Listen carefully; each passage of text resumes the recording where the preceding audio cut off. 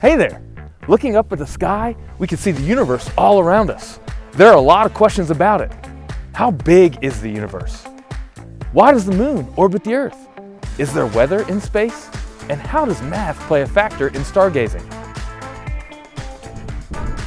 I could use some help. In our world, math is all around us. When we unite with numeracy, we discover the common factor that brings us all together. Whoa, whoa, whoa! Where am I? Hey Tim, you're at the Green Bank Observatory. What are you doing here? Hi Sarah. I was seeing if storms occur in space and looking for the math involved.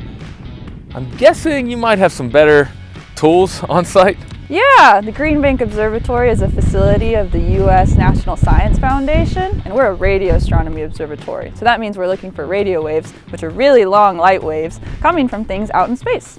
That is fascinating. I'm sure there's a ton of math involved. Oh, there's so much math involved, especially when we're looking for satellites that get lost in their orbit out in space. But luckily, the GBT is a really sensitive instrument and can help us find them. The GBT looks like an incredible structure. How big is the GBT? It weighs 17 million pounds, which is about as much as 280 humpback whales, and it's 485 feet tall. It's the largest structure that moves on land. That is incredible. Super cool. So Sarah, you talked about how you use the Green Bank telescope to see objects in orbit. Can you talk to us about the math involved, about how you keep those objects in orbit? Yeah, absolutely.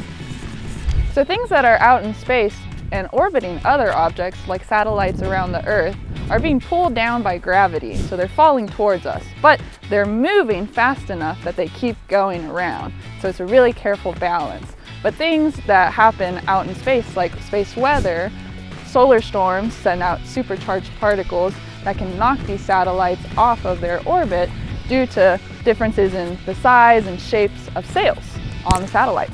That is fascinating. So much math involved, from the gravity involved in the orbits to the particles involved in the physics to keep those objects in orbit. It is fascinating, and I love the overlap between science and mathematics to make that happen. I wonder which mathematical habit of mind will apply in this activity.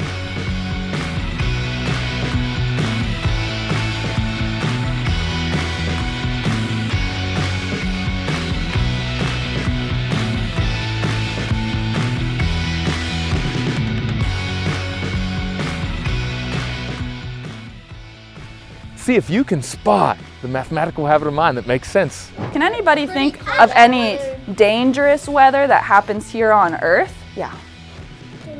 We have tornadoes on Earth. Earthquakes on Earth. Yeah, tsunamis. Hurricanes. We also have storms in space. And these storms in space can affect things that we send out into space. And so today, we are going to simulate, or we're going to pretend that we have a satellite that we've sent out into space, and we're going to see how our space weather can affect it.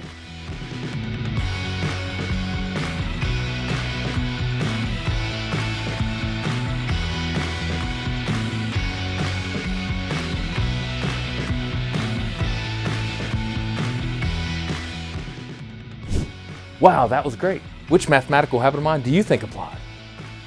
Excellent. For me, it was mathematical habit of mind 5. Use appropriate tools strategically. The Green Bank telescope is a much better tool here than my binoculars. Also, mathematical habit of mind 4, model with mathematics. Collecting the data of those radio waves to identify satellites is very important. And mathematical habit of mind 1, make sense of problems and persevere in solving them. When a satellite gets knocked off course by a storm that might occur in space, the Green Bank Observatory is a great place to help locate that satellite. Now we can see how math plays an important role in astronomy and helps us understand the universe. Math is truly all around us. We want to thank the Green Bank Observatory, Green Bank Elementary, Middle School, and our special guest, Sara Olivera. Thanks so much for visiting, Tim. We've loved having you on site. This has been awesome. And as you can see, the mathematical habits of mind are used and applied in astronomical ways. Everyone is a mathematician. Join us next time as we continue to explore the connections between math and the world around us.